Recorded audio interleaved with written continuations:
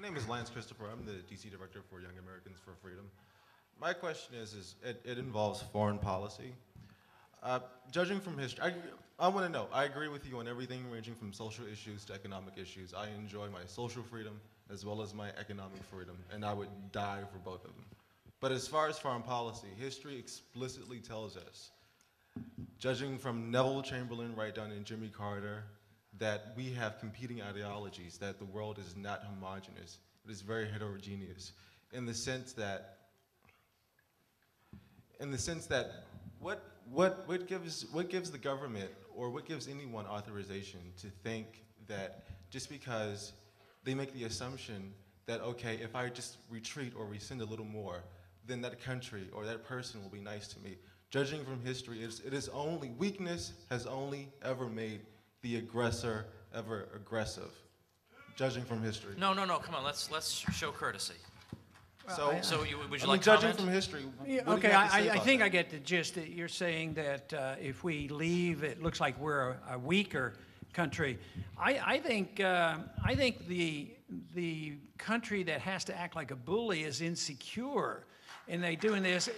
And we're dealing with countries that are third world nations. We're picking a fight with Iran right now, and we'll have hostilities with them before it's all over, because they might someday build a nuclear bomb like Pakistan, like India, like United States, like Israel, like France. They're all around.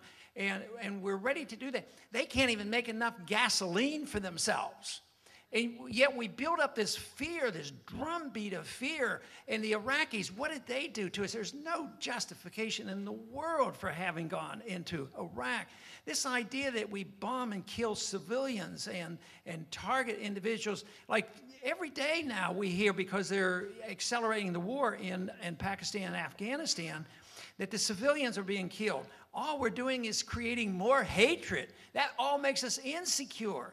And that's a threat to me. I see our foreign policy as a deep threat to our national security. I would feel much safer if we just got out of that area and came home. Thank you. Yeah, hi. I wanted to ask the judge about marriage equality, specifically Ted Olson and David Boies' case against Prop 8 in California. What do you think about the merits of their due process and equal protection arguments, and what kind of chances do you think they'll have at the Supreme Court? I don't think it's any of the government's business who gets married to whom.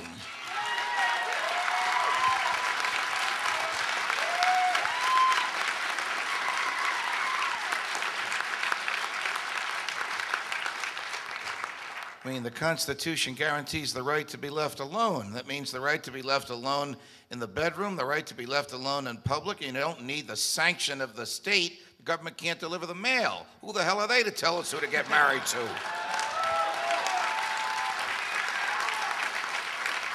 Okay, we'll take one more from in terms of the federal case in California, I think it's the wrong case at the wrong time, because if it ends up before this Supreme Court, you are not likely to find a majority that is congenial to freedom.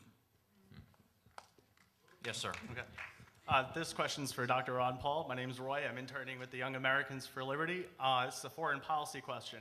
The House Committee of Foreign Affairs recently agreed almost unanimously that the United States should send federal funds to help the Green Movement in Iran. I'm just interested as to what your take is and how you would handle it. I think I would vote against that and advise strongly that we not do that. And if you personally are interested in doing it, I would say I would have no laws that would prohibit you from leaving this country and promoting any views you want on your own. Right. Thank you. All right, ladies and gentlemen, my apologies for those we did not get to, but we have to bring things to a close. I'd like to, first of all, I hope everybody likes the question and answer format. Should we do more of this, I guess? All right.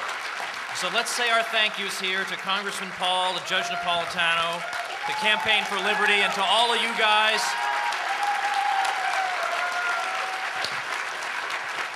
Don't forget, Don't forget, great Campaign for Liberty events all weekend here at CPAC. Great things with Gary Johnson. We got a panel on the War on Terror. It's great stuff. You should go check it out. And there are books on the table back there, and I keep pointing that out because I don't want to have to bring them back home in my suitcases. So thank you all very, very much for coming.